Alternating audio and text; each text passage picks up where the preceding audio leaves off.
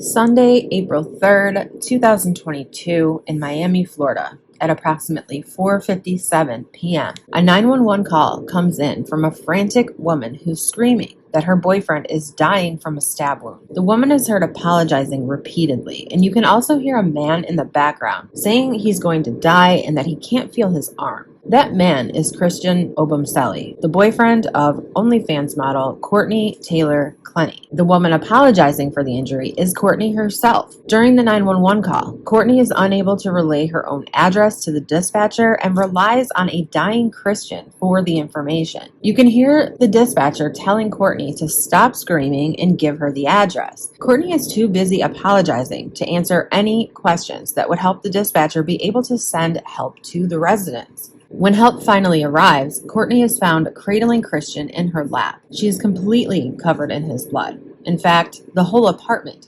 appears to be completely covered in his blood. When officers come across Courtney, she's sitting in the hallway kissing her two dogs, who are also covered in blood. Christian is taken to a nearby hospital for a single stab wound to his left chest, and Courtney, having admitted to inflicting this stab wound, is placed in handcuffs and taken down to the police station. Courtney is questioned for a little over 4 hours. Surprisingly, she waives her right to an attorney. During that 4-hour interview, Courtney would display a whole slew of emotions. When the interview was over, Courtney was released after convincing investigators that it was not an intentional stabbing. She explained that after Christian held her by the neck, she was in fear for her safety, and so she picked up a kitchen knife and threw it at Christian as he was lunging toward her yet again, essentially claiming self-defense. Christian succumbed to this single stab wound, and after Courtney was informed of this, her reaction of shock seemed to be genuine.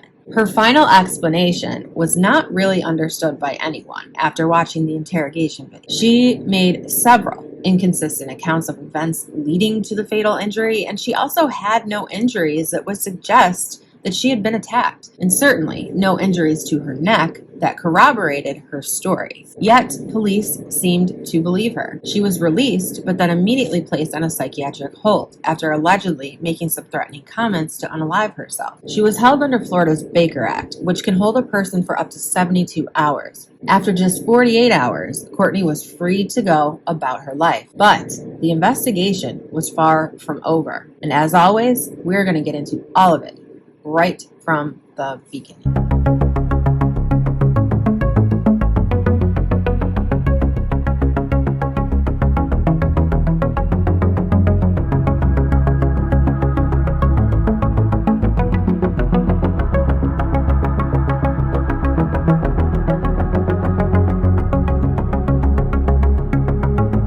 Good morning, good afternoon, good evening, whatever time it is that you are tuning in. This is Unapologetically me, featuring me. No special guest, just me. All right, you guys, how are you guys doing today? I hope you guys have had a great weekend and a great week. It is about to be the weekend again. I have not been putting out content because it was my birthday. And also, I don't know if any of you caught it in a few videos ago, I did lose a very, very extremely close friend unexpectedly at the beginning of January. It's been a real rough. It's been rough. All right. So I just want to let everyone know this is a full case review where I'm going to be going into the entire case from the start to where we are today. I may look more into certain aspects of this case and break down certain things in other videos, but this video is just to get the information out and explain the case. I will not go into rumors or any unconfirmed stories in a full case review. I try to just stick to the facts and the evidence that we know are confirmed. Though I will give my opinion on the case at the end. So if you're interested in my opinion, you can stick around to the end. I try my best to keep my mouth shut while I'm explaining the case, but sometimes you can tell from the inflection in my voice my opinion on the matter. If you are new here, welcome. Thank you so much for clicking on this video. I hope that you learn something from it and maybe even take away something from it that can help you or a loved one who may be in a similar situation. For all my current subscribers, thank you so much for supporting me over the last year and a half. I really appreciate all of you so much. Because of you, I have gotten where I am today, and while my sub count is low, my sub quality is superb, and I wouldn't have it any other way. way. To all of my new subscribers, welcome to the family, and thank you so much for hitting that subscribe button and taking a chance on learning a new perspective on some of these crime cases. I will very briefly say how I do things because I do have so many new subscribers. It's been a little bit since I put out a video. I just explained what's been going on in my life very briefly. Typically, I will put out a full case review, and if it's an older case, it's usually a 2-part review where I leave it at that. If it's a newer case, many times after I do the full case review, I'll dive deeper into certain aspects of the case as new information comes out. If the case seems to be calling out to me, or I feel like I can add something to it or look at it a little bit differently than the way it's been looked at, I will. This being a true crime channel, in this case being pretty public, I don't think I need to give a trigger warning, but to cover my ass, I will. This case is a DV case, so there will be a lot of detailing on that. I want to throw that out there, that I am a DV survivor myself. But as with every case, I am going to be completely objective. We really only know one side of things at this point, and I think it's important that we keep that in mind. Oftentimes, DV works both ways. It comes from both parties. And Courtney Clenny's defense is that she too was a victim, and her defense is self-defense. And while it doesn't appear that she was a victim, things aren't always what they seem. I'm not a judge, nor am I a jury, nor a professional of any kind. This is an ongoing investigation. Things can change and be uncovered at any time. Courtney Clenny is innocent until proven guilty in a court of law. I will shut up now with the ramblings and get started. Courtney Clenny was a proud Texan and full-time fitness model and foodie, according to her OnlyFans profile. She seemed to have it all.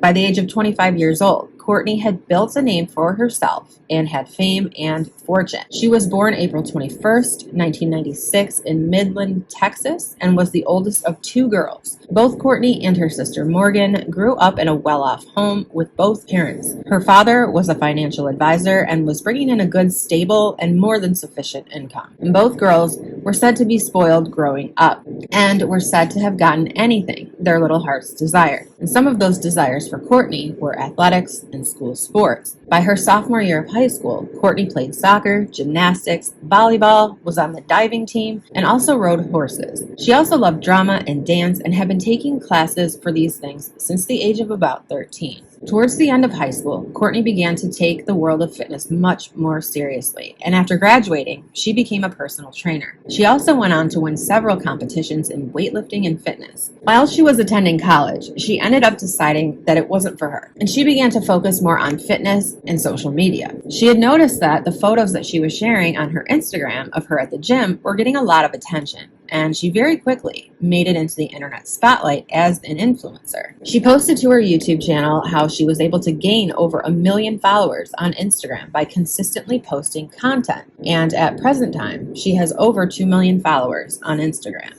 She was offered several appearances that helped boost her career in social media influencing, even appearing in Playboy. When OnlyFans became a thing in 2016, Courtney quickly spotted a new opportunity to make even more money. She was young, confident, in excellent physical shape, and having already posed for Playboy, she clearly didn't mind showing off her body. If you aren't aware of what OnlyFans is, it is an internet content subscription service that allows creators to share whatever they want, and in return, they are paid by their fans for that content, such as just for you photos, videos, and whatever else is agreed upon. So as you can imagine, with already having over 1 million followers, OnlyFans only catapulted her revenue into extremely high numbers. Courtney was easily bringing in 6 figures, and after just a few years, she had earned over $3 million from OnlyFans alone. She also was offered sponsorships from many popular brands and was doing paid interviews galore. You get it. She was banking hard. The girl had money, lots of it. And hey, she is a hustler, right? She earned it, for sure. No hate. And perhaps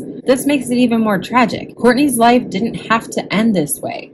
And while I do believe that she is quite narcissistic and may possibly have some personality disorders, such as borderline or histrionic personality disorder, I'm not a professional. It's just my opinion. But I do believe that she also has some issues with addiction and unfortunately did not seek help in time. We see it very often with fame. First comes the fame, then comes the money, then comes the parties, and then the drugs and alcohol. Oftentimes, when fame happens quickly, it can fizzle out just as fast. Unfortunately, in this case, Courtney took another life down with her. So Courtney had fame, she had fortune, but noticeably love seemed to be missing from Courtney's life until she met Christian Obumseli, affectionately nicknamed Toby after his middle name. Christian was born on April 12th of 1994, and he lived in Dallas, Texas. From middle school on, Christian developed a passion for basketball and football, and his talent in those things was just a small representation of who Christian really was. From all accounts, Christian was described as being warm and caring and had a strong work ethic. He was always smiling and always willing to help the younger players succeed. He was known to be an extremely compassionate and gentle man. He worked in cryptocurrency and also delved into the world of stocks and stock trading. And he began this at a very young age, and he was very good at it. And these two things combined together, Christian was making a very good living. It has been said that Christian fell in love with Courtney almost instantly, and within weeks of meeting, the two were in a very passionate relationship. Friends of the couple claimed that at the beginning everything was great. They were having a lot of fun together, they seemed to be deeply in love with each other. However, a few months in, things seemed to have gone down what would soon be a very dark and serious path. Christian's friends reported a very notable change in him, where he was always bright and friendly and outgoing. He seemed more reserved, withdrawn, and eventually stopped coming around his friends and family altogether. It was said that this was due to Courtney's controlling nature. Courtney was very jealous and possessive over Christian, which of course was the first of many red flags to come. Courtney would often get upset at the smallest of things. She would pull him away from his friend group, and before anyone knew it, she would be screaming at him at the top of her lungs. Over time, physical violence became more noticeable by others, and instead of just screaming at him and berating him, she began to hit him. At first, it would just be in the chest or the arm or shoulders, but eventually it would grow in both consistency and severity. With Courtney being the more lucrative of the two, her career still soaring, Christian made the decision to become her personal assistant, otherwise known as her punching bag, it would seem, but that's just my opinion. He was constantly traveling with her and catering to all of her needs. Christian did enjoy doing this, but he was always around her, and now that she was depending on him for her career, he didn't get much space from her demanding and controlling nature. And as I mentioned earlier, Courtney was having some other issues popping up too. She became a regular at the bars in downtown Austin, and she began drinking heavily, which only amplified her anger, which she always seemed to take out on Christian. As her frequency in drinking increased, so did her dependency. Many of the outbursts that she had against Christian were fueled by alcohol. She clearly had an issue handling her liquor, and this is reflected in 2 DUI charges that Courtney obtained in a very short amount of time. The most recent DUI, she had wrecked her Mercedes. When the police looked in the vehicle, they found a bottle of tequila in the front of the vehicle, and Courtney's blood alcohol content was a little over 0.3. Quick stop here. A 0.3 blood alcohol content can kill people, and Courtney's driving around at a 0.3. This is a very high and sometimes lethal blood alcohol content. So to me, it's a very obvious indication that Courtney's drinking had become very severe. Her body was able to tolerate and function with a level of alcohol that has been proven to be fatal to many people without medical intervention. Now, I know she did crash the vehicle, but the fact that she could even walk around at a 0.3, I think it was a 0.32 or a 0.34, like it was higher than just 0.3. All right, I'll shut up now. On July 2021, while under the influence, Courtney was arrested in Las Vegas when she got into an argument with Christian in their hotel room. While at first she didn't admit to it, she eventually told the officers that she had in fact thrown a glass at Christian, aiming it at the direction of his head, and that it wasn't the first time. Yet, Christian declined to press charges against her, and he pleaded for her release. And because of that, the case was dropped. For those of you that have been following me for a while now, I have spoken many times about DV. So the pattern here to me is clear. It's the cycle of AB. Many times, Courtney would have her outbursts, she would become physical with Christian, and then the next day, she'd feel guilty, she would apologize, she would buy him lavish gifts to make up for it. And Christian, being dangerously in love with Courtney, would never press charges. The couple eventually moved from Austin, Texas to Miami, Florida. While Christian had his heart set on London, Courtney, as always, got her way. Though to be fair, Christian was quite excited for the move to Miami, and it would be a fresh start for the couple. The beautiful, consistent weather, the pristine beaches, the nightlife, and opportunity for Courtney's career to continue to blossom, Miami did seem to be a good fit. January 14th of 2022, Courtney posted to her Instagram that they had made the move to Miami. At that time, Courtney was making plenty of money, and her choice of living reflected this. They moved into apartment 2201 on Northeast 7th Avenue in Beverly Terrace, just short of a mile from downtown Miami. This apartment was luxurious to an unimaginable level, with a view of Biscayne Bay, 3 bedrooms, 3 bathrooms, private elevator. You can imagine the rent was not cheap. It was confirmed that Courtney was paying $10,000 a month for that apartment. She would often brag about paying the rent for this apartment all by herself, emasculating Christian and even threatening to kick him out to the streets many times. In fact, many times she made those threats a reality. After moving to Miami, Courtney began frequenting many clubs and bars, and she became a familiar face, which of course further propelled her use of substances and furthermore, her toxic behavior that went along with it. In an interview Courtney did on the podcast We in Miami, Courtney admitted to being toxic. She also admitted that she hated being bossed around and controlled, and when the host made a comment that she looks like she only dated rich guys, Courtney responded by saying, "To clarify, I only date rich black guys." So you only date rich black guys. So like, have you ever dated like any politicians or only like rappers or athletes, or what kind of like rich black guys? You know, dabble here, dabble there, a little bit. How much do you make a month? A lot. Yeah, we make good money. Courtney's behavior had become dangerous to Christian, and what made this even worse was that she found it to be funny. She was not embarrassed or ashamed. She seemed to be empowered. She began calling him derogatory names during arguments and even racial slurs, and showed no remorse in doing so. Courtney wasn't just verbally and physically AB towards Christian, but she also was extremely disrespectful to his belongings, frequently throwing them off the balcony of their apartment. After destroying an entire wardrobe of Christian's, the next day it was reported that she bought him a full set of Louis Vuitton luggage, costing upwards of $10,000. Courtney would have tantrums where she would become destructive, trashing the entire apartment or hotel room if they were away. Courtney became so unhinged that she would frequently become physical with Christian even in the presence of others, which caused her negative attention within the building the two shared. In this footage from the elevator of the apartment, you can see evidence of what Christian had to deal with from what I can only assume would be an almost daily basis at this point. There are also many messages and recordings that Christian made that are now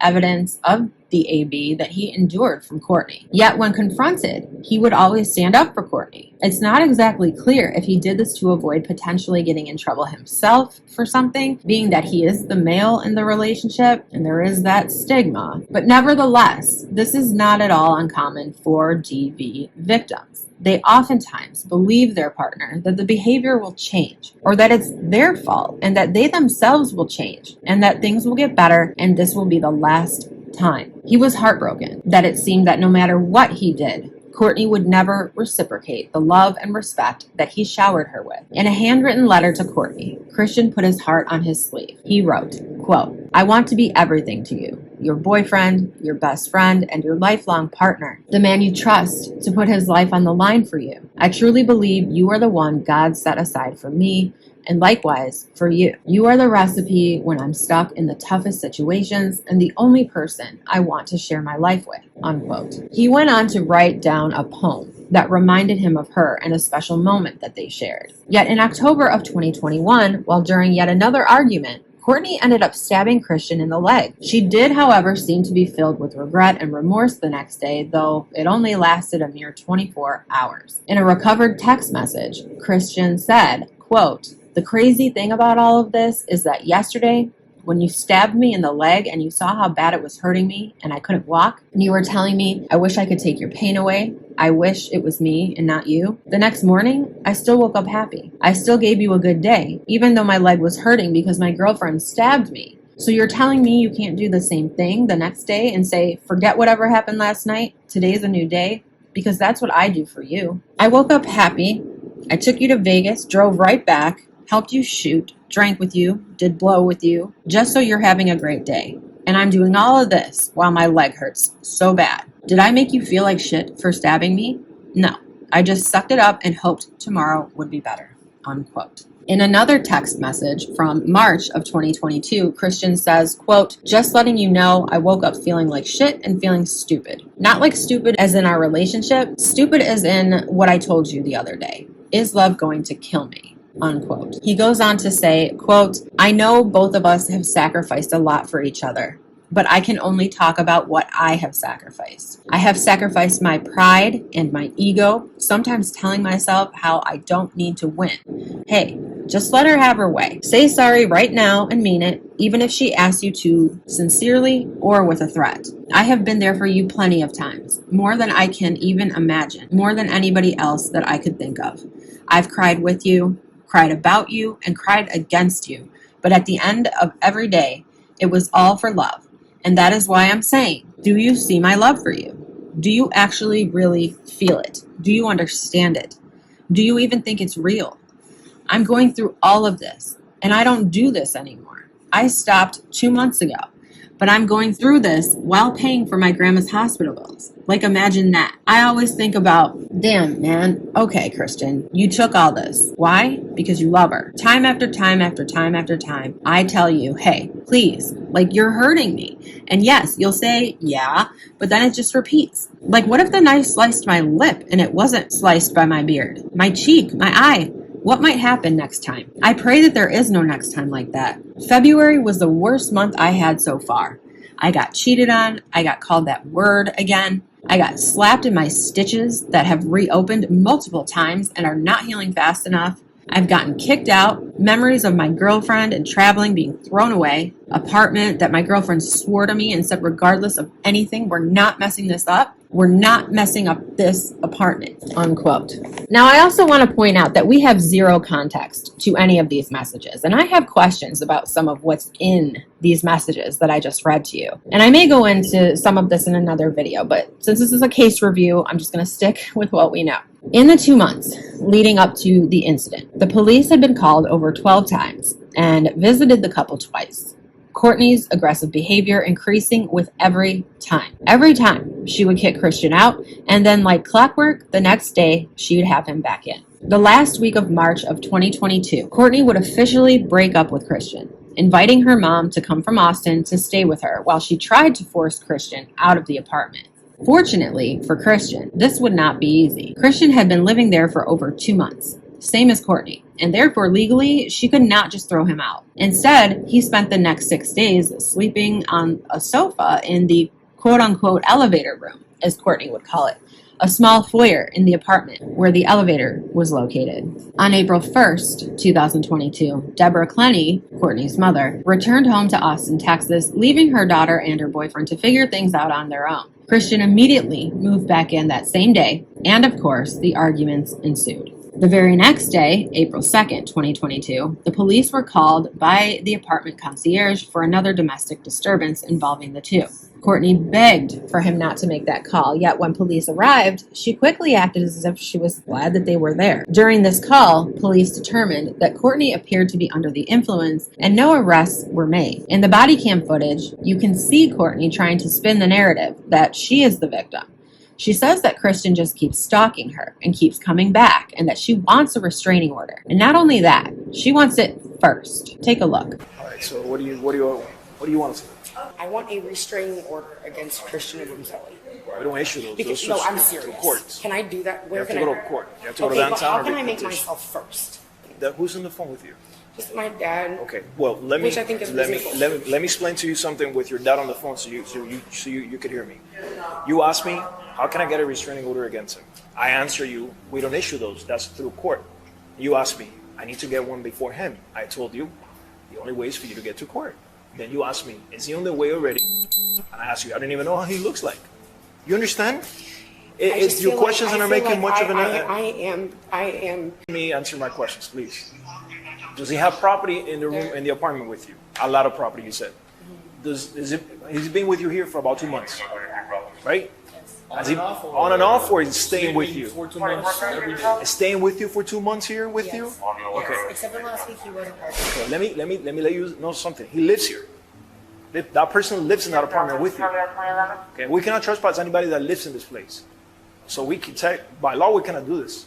And that's, I do understand that, and that is why I said, can I get a restraining order and get there first? Listen, my Because answer I have a was, feeling I already he's answered that. crazy You and got I it. can go. Just go to the court. Just stop. They're They're stalking me. TMZ reported that the man in the black suit that you see in that video had to physically get between the two after Christian charged at Courtney. And this is why, even though Courtney begged them not to call police, they felt compelled to call. At one point, Courtney does state that she is in fear of Christian. She explained that she was at the park walking her dogs and that Christian followed her back to the building.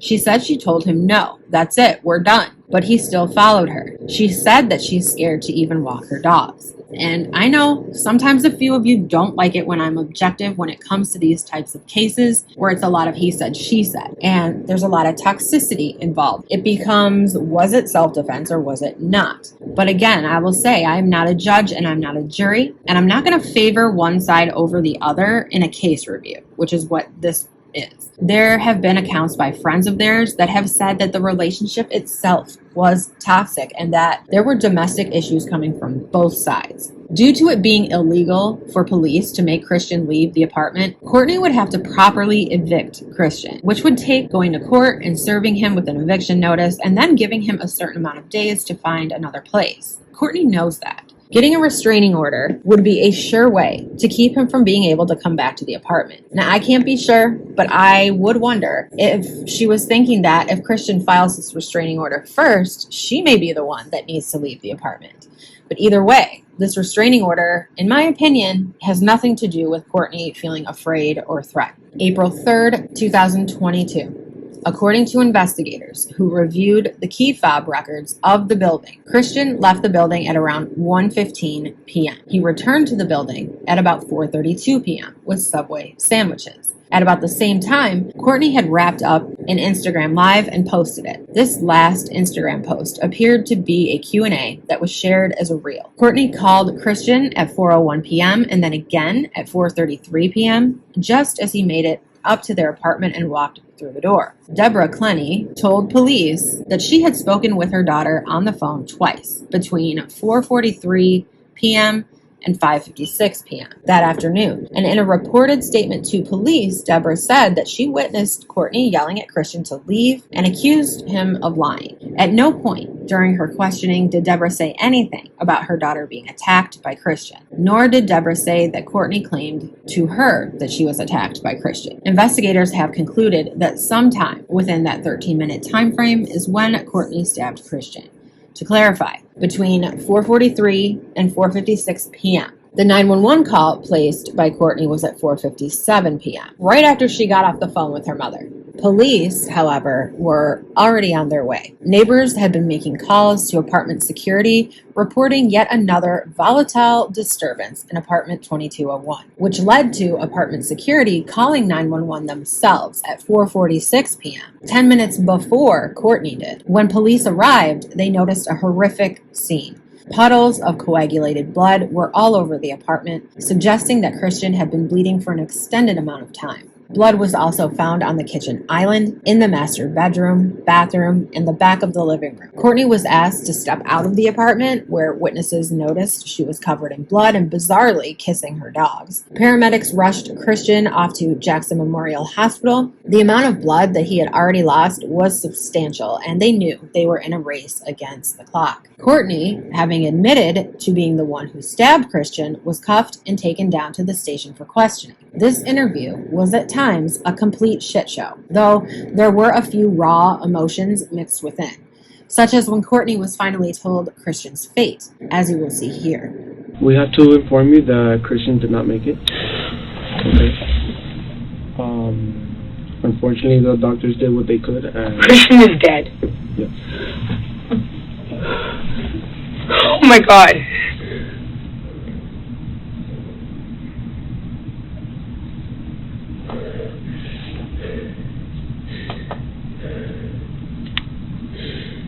This is not real, right? Okay. There's no fucking way.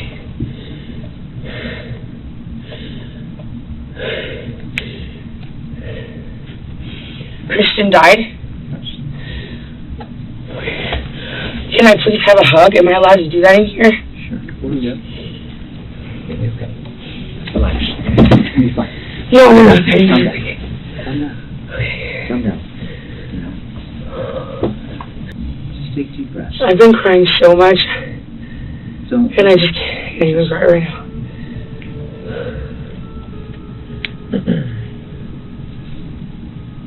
Just take deep breaths. It's a shock. Just.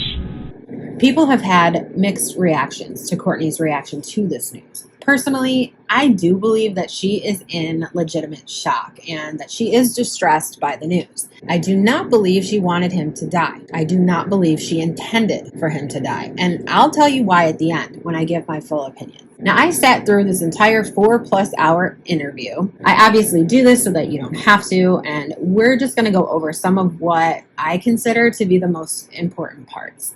I'm sure many of you are going to react differently from each other, so if you decide to make comments about your opinion on the interrogation videos, please be kind to each other in the comment section. Remember, we don't always have to agree, and people perceive evidence differently. It is a known fact. That is why jury pool is so important, and that is why it takes so long to choose a jury for cases. People will perceive evidence differently. And he ended up pinning me against the wall, and then, I said, like, choking me on the floor. It's just like, they were looking at my neck, and I was like, I'm not saying, like, choking me, like, whatever, but he had my, like, neck, like, and this happened twice before, where I couldn't breathe, and I was on the floor. Yeah. I could not breathe, and I don't think that he was trying to kill me, but I was scared, and all 3 times I have been scared. So yeah, I'm on the floor in heavy pain and lifts me up. I'm on the get my mom on the phone, and I'm just trying to remember. And I remember she was standing like against the couch. Like we were obviously it was a big deal at this point. So this happened like over by the door, and somehow moved like over in the living room. We were standing by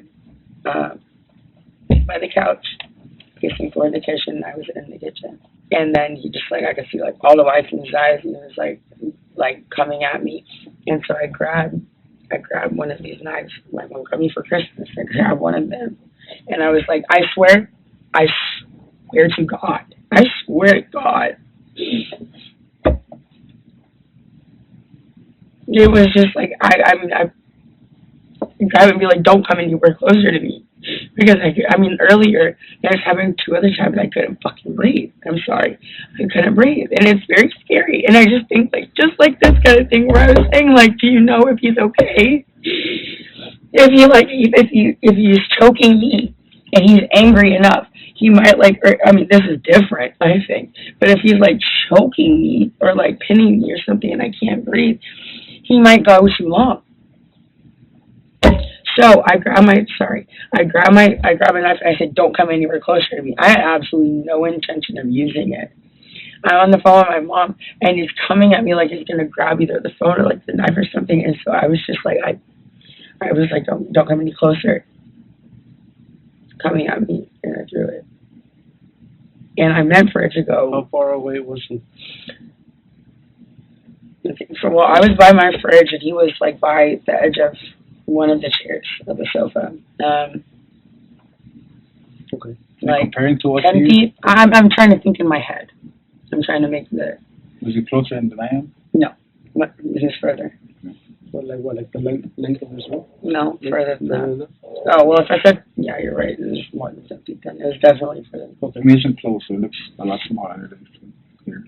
It was further than that. Okay. So then you were by the fridge and he was by the couch? You were by the fridge and he was by the couch? Yes, I was in front of the fridge. He was by the couch. And then behind my island. And then what kind of movements did he make at the moment? He was going to walk running up? At me. Running? Okay. Well, charging, aggressively walking, something. What was he doing? Like, was he doing something with his hands or? Doing it, had his hands up. I couldn't tell you exactly. Was he yelling at you at the time? Yes. Yeah. What was he saying?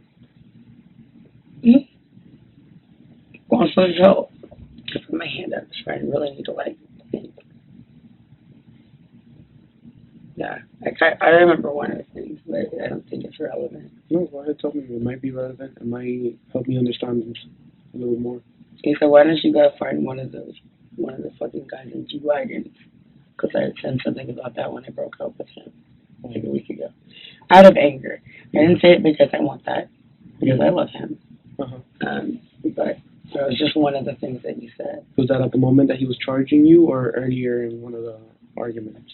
It was before he choked me. Yes, it was before he choked me. Okay. Or whatever. So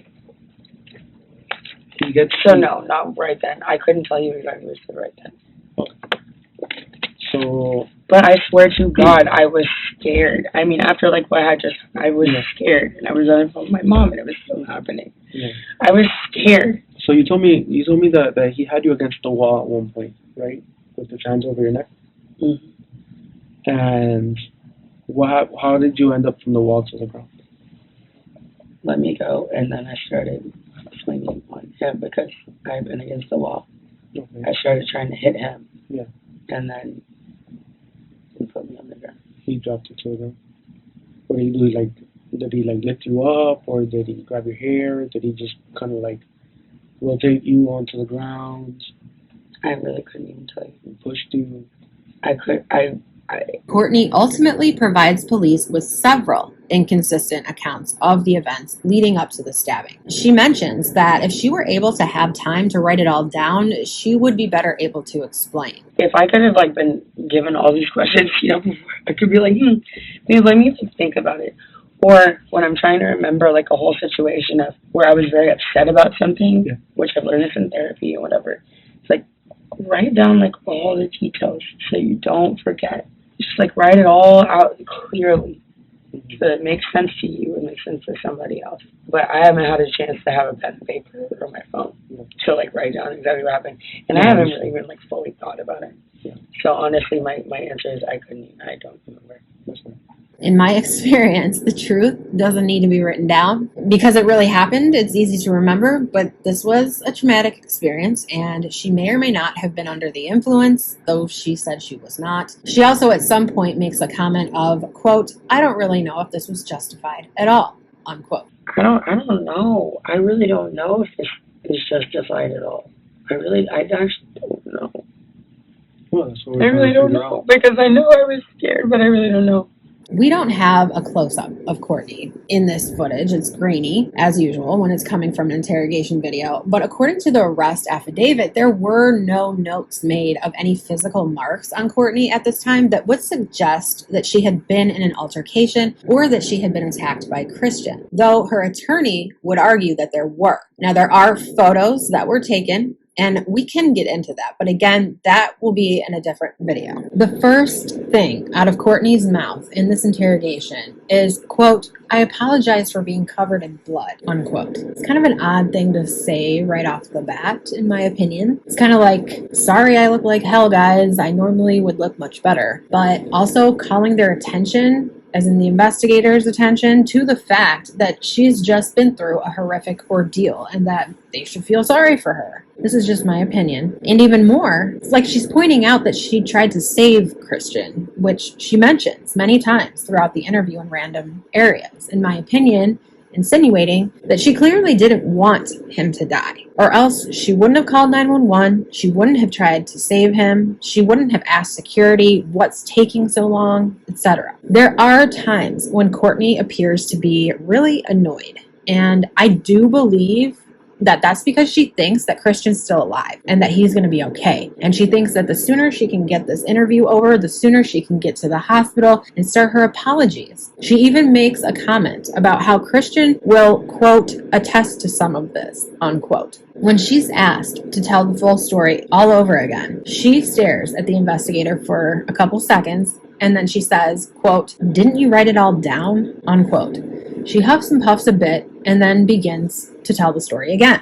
This one slightly different from the first, though not too much. Something that I noticed about the man questioning her is that he appears to be a bit intimidated by her. And I don't know if that's a tactic and he's purposely acting like he's intimidated by her. I do know it's very common for an investigator to play dumb. I'm not talking about that. I think that the most important part of this interview with Courtney are the times where she speaks about the events of the day leading up to the stabbing. She questions herself a lot. She makes comments, a lot of comments, about how she wasn't afraid that he would kill her. She was never in fear for her life. She was just scared when he would grab her by the neck, that at one point he may do it for too long and it would go too far. I mean, when he had me like this, I was just trying to get it off. Yeah, you're trying to get it. But it wasn't. I didn't feel.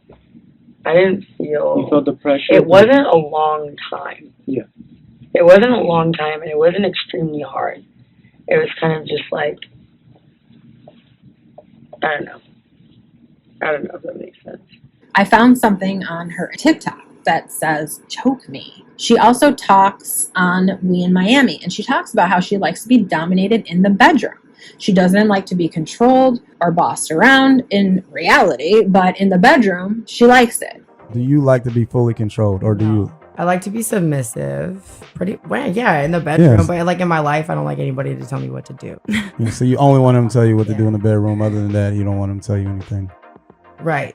No, that's exactly it. Yes. There's a certain type of people that do, for some reason, enjoy erotic asphyxiation. I don't know if Courtney was into this. I don't know if Christian was into this. I'm not even going to speculate that they were. I'm just saying that there are people out there that do like this type of thing. And I'm pointing out comments that Courtney has made, and I'll let you guys decide what you think. And why do I bring this up? I don't necessarily believe that Christian had never put his hands around Courtney's neck. The way she explains it, you can tell he's done it, in my opinion. It's the same thing as with, and I hate to bring it up, but the Amber Heard trial.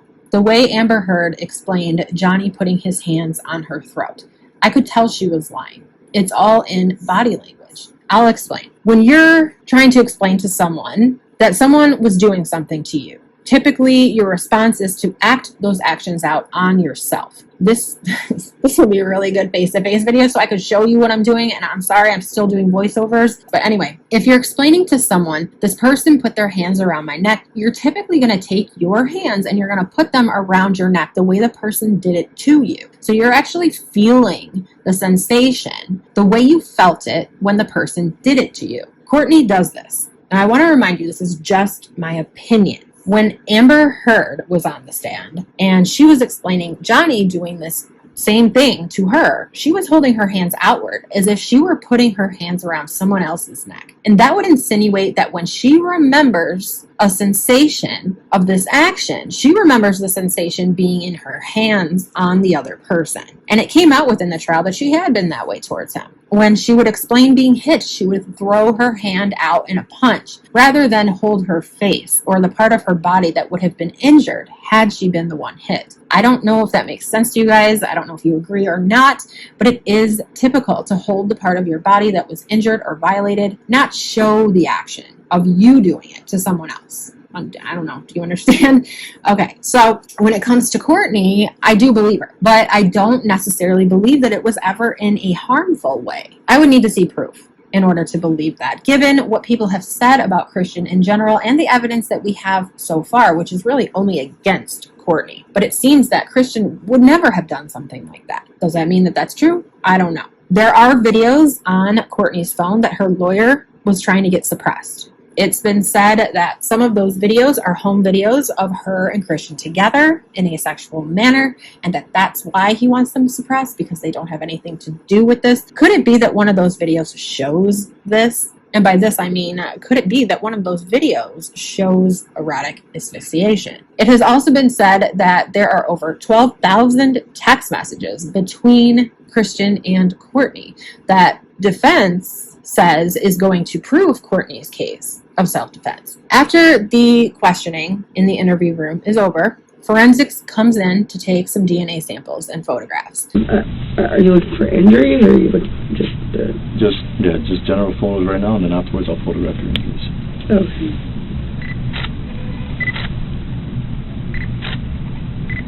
Can you roll up the sleeve the pen? Yeah. Thank you. You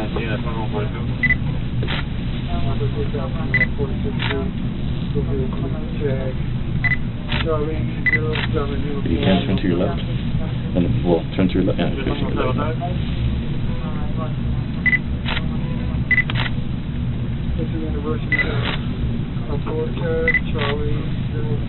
Face the wall and then see if I can. That was supposed to look like a man. Can't I? Yeah.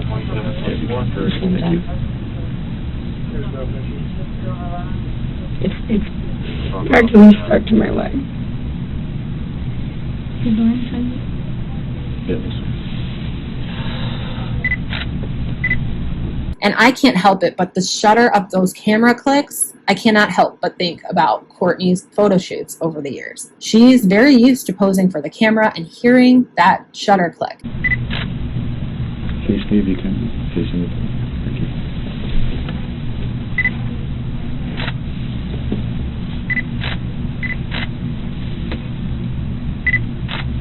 You can turn to your right. Turn down this one.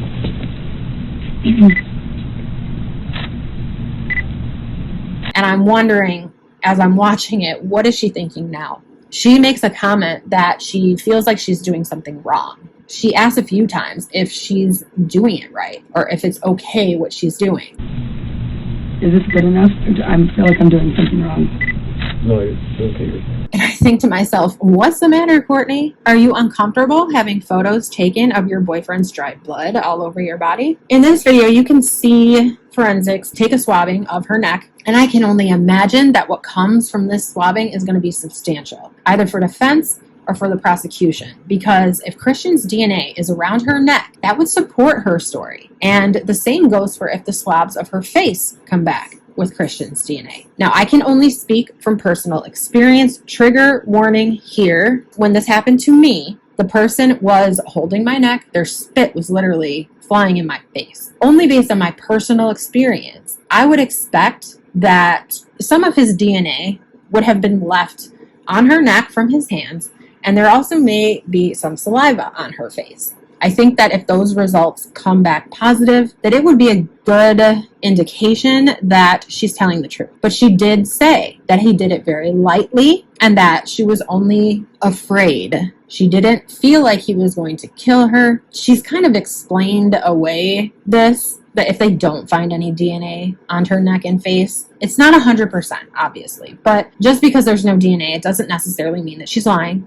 But if it's positive for Christian's DNA, her lawyer is going to have a lot of proof that Courtney was attacked that day in the way she said she was. And it's going to be easier for a jury to believe that she was in fear for her life had he not only done this in the past, but he had a habit of, holding her by the neck like that. So Courtney then makes a comment that I almost cannot believe she makes, and I haven't heard anyone bring it up yet, but when they're looking for bruises on her, she makes a comment, and I'm going to play it for you in a second. But she says something like, of all the times I have bruises, now I don't, or something like that. Almost like, damn, of all the times Christian laid a hand on me, he didn't today. Or of all the times I've had bruises all over my arms, today there aren't any, or they're not enough for me to prove anything. Do you have any injuries? I mean, I have bruises all over the place, I think, but I'm probably just covered in blood, honestly. Okay. Do you have any bruises in your arms? Do you have any bruises on your arms, on your neck? Don't have any. I mean, you already got that. Usually there's just bruises like on my arms or my legs. Let me get the one. Yeah, on your arm, right here. Yeah, You put your arm down so you can get, and you can turn that way so you can get on your arm. You can look that way. Is that from today? Or from earlier? Just start right here? All over the place. Okay, I'm going to put a scale to it, okay? Okay. It's just a paper scale. This is what I have, like, on my, like, what? Keep turning just so we can see if you have any more. You don't have anything on your neck? I don't think so. Okay. I don't think so. Okay. And then, where I need some, I don't have it. Where I need some, I don't have it. Where I need some, I don't have it. You don't have any on your face from the past? No, nothing. Okay. No. I have. I mean, usually, like, when I have bruises most of the time, like, all over, like, my legs and my butt and whatever, so, I mean, that was where it is now. That's just my opinion. She makes another comment about how she usually has bruises all over her legs and her arms, which, to me, that goes hand in hand with him trying to hold her off from attacking him. And from the photos that we've seen of her apartment, we know she likes to trash places. She's admitted to it. And those bruises on her legs could very well be from her kicking her crap around her apartment. I'm sorry, I'm just calling how I see it. Because another thing that I noticed immediately, those bright orange nails that she was flapping around the other day before when she was talking to the officers, they're all missing from her hands now. There's like 1 or 2 left. I don't know if they're acrylics or not. I don't know if they're gels. I don't know if they're press-ons. For you guys, it does matter. There's certain lasting power depending on what type of nail you have on. But I noticed that they were missing. And to me, that insinuates that she was doing a lot of hitting, slapping, grabbing, throwing, or she could have just really cleaned her apartment. But we know she didn't do that. Whether or not that hitting, slapping, grabbing was in self-defense, I don't know. But it could have also been from her attacking Christian or throwing shit or just having one of her typical tantrums that we hear so much about. So at the end of things, she is told that Christian didn't make it. And in my opinion, she does appear to be genuinely shocked by this.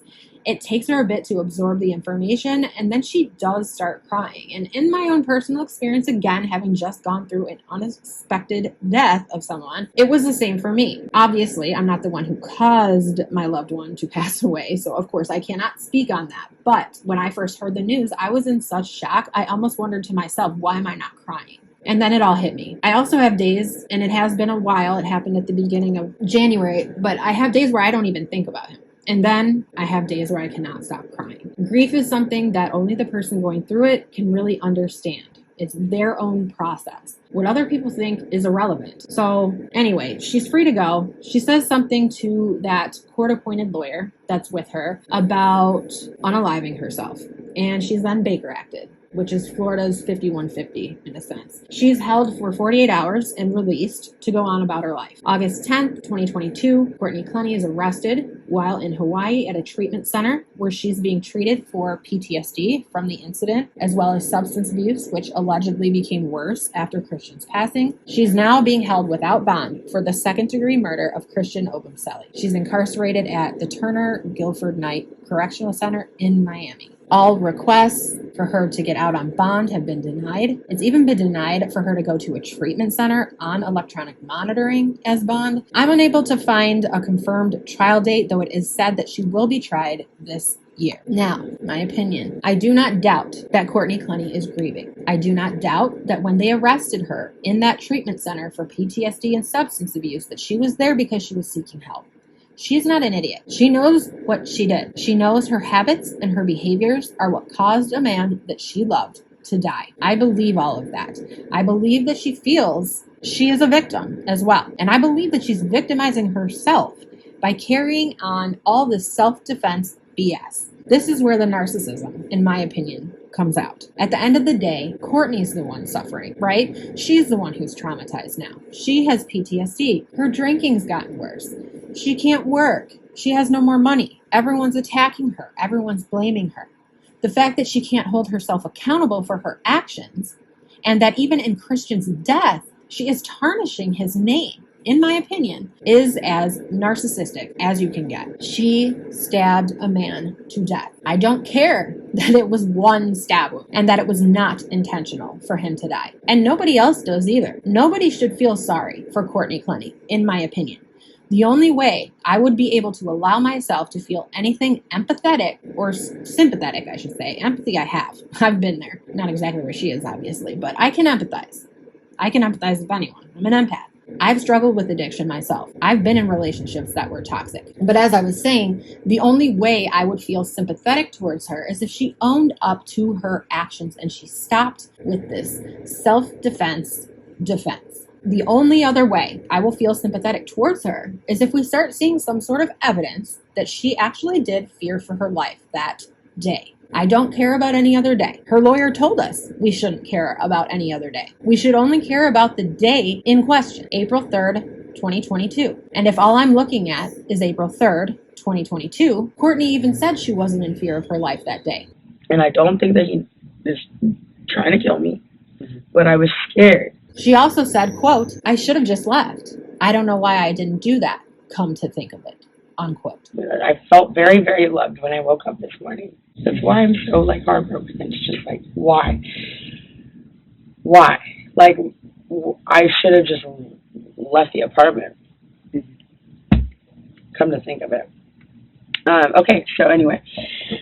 I don't know what the defense's investigation may find to support Courtney's claims, but her lawyer, Frank Prieto, has said that there are mountains of evidence to support that she was also a victim of DV. The thing is, her lawyer is also adamant that Courtney be judged on that particular day only. You can't have it both ways. I believe the main reason that he says this is because of all the evidence that prosecution has indicating that Courtney had been abusing Christian for the entire 2-year relationship, and at least the last 1.5 years leading up to his death. I am sure that within those 2 years, there are messages and possibly even videos or recordings of Christian being aggressive towards Courtney. To the extent, I don't know. I guess we'll have to wait and see. But if he wants people to judge her solely based on the day that Christian lost his life, then I think it's an uphill battle for defense to climb. From what we have so far, including Courtney's own words when being questioned, is that she was attacked first, but that Christian was nowhere near her when she grabbed the weapon. Why didn't she leave? She even asked herself this. Why didn't she run out of the apartment if she was truly in fear of Christian? Well, she answered that question too. She wasn't afraid for her life. She even said in the interview with police that, quote, "I don't even know if this is justified or not," unquote. "No, I didn't think he wanted to kill me. I was just afraid that if he did that for too long, talking about her neck, what would happen?" But he didn't do it for too long. She admitted that.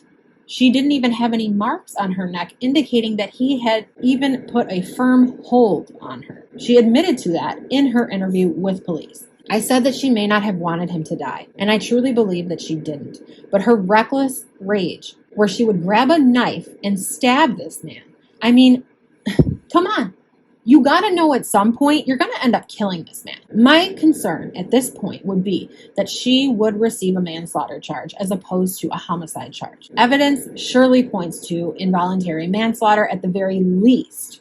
And I know that her lawyer is arguing for this charge in exchange for murder too. Remember, the defense only has to prove that Courtney was also a victim of DV and that she had been afraid for her life. If she can prove that she's also a victim and that she had a reason to be afraid of Christian when he would get angry, I worry that second-degree murder will not be the charge that sticks. She may not walk away from this, but I worry that she's not going to be doing enough time to consider justice served. Do I believe that Christian Obumseli was abusive towards Courtney? Well, I don't think he was the aggressor. It's possible that when provoked, he became physical with her because, let's face it, when you're being attacked by someone, it's kind of hard to just stand there and let them wail on you. But I have a feeling it may have been more of just to kind of hold her at bay, to keep her from harming him. There's a questionable video that came out where he's going after her, and she's clearly just walking away from him, trying to get away from him. And he doesn't stop. He keeps going after her. A lot of couples do things and get into it. He says he took this video in February, 2 months before the fatal stabbing. The video doesn't have audio, but the neighbor says he heard the couple from the 12th floor. We just started hearing them arguing, and he started eating real quick. And she mentions this in the body cam footage the day before, that she tries to get away from him when she's angry, and he just won't stop following her. I think just as she had ample time to get away from him, he as well had ample time to get away from her.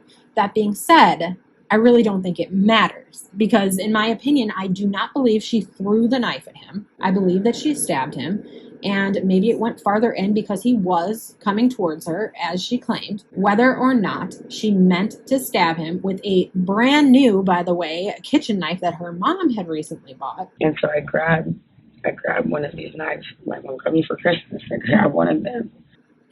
That went 3 inches into his chest, severing his subclavian artery. Doesn't matter. Anyone with a brain knows that if you stab someone, even one time, you could potentially kill them. There are main arteries in several places of the body that if they are even nicked can cause a person to bleed out within minutes. And I thought about that when I read that she had stabbed him in the leg in the past. I mean, had she hit his femoral artery, he could have died then. For her to say she didn't know that stabbing someone could potentially kill them is complete and utter bullshit. And that's my opinion. That is my final answer. Like I said, I may or may not make another video on this case, but there's a lot of other cases that I'd like to review. There's a lot of craziness going on in the world right now. There are a lot of other cases I'd like to review. You guys can let me know in the comment section and we can go from there. Or like I said, I'll just swing it and I'll pick another one.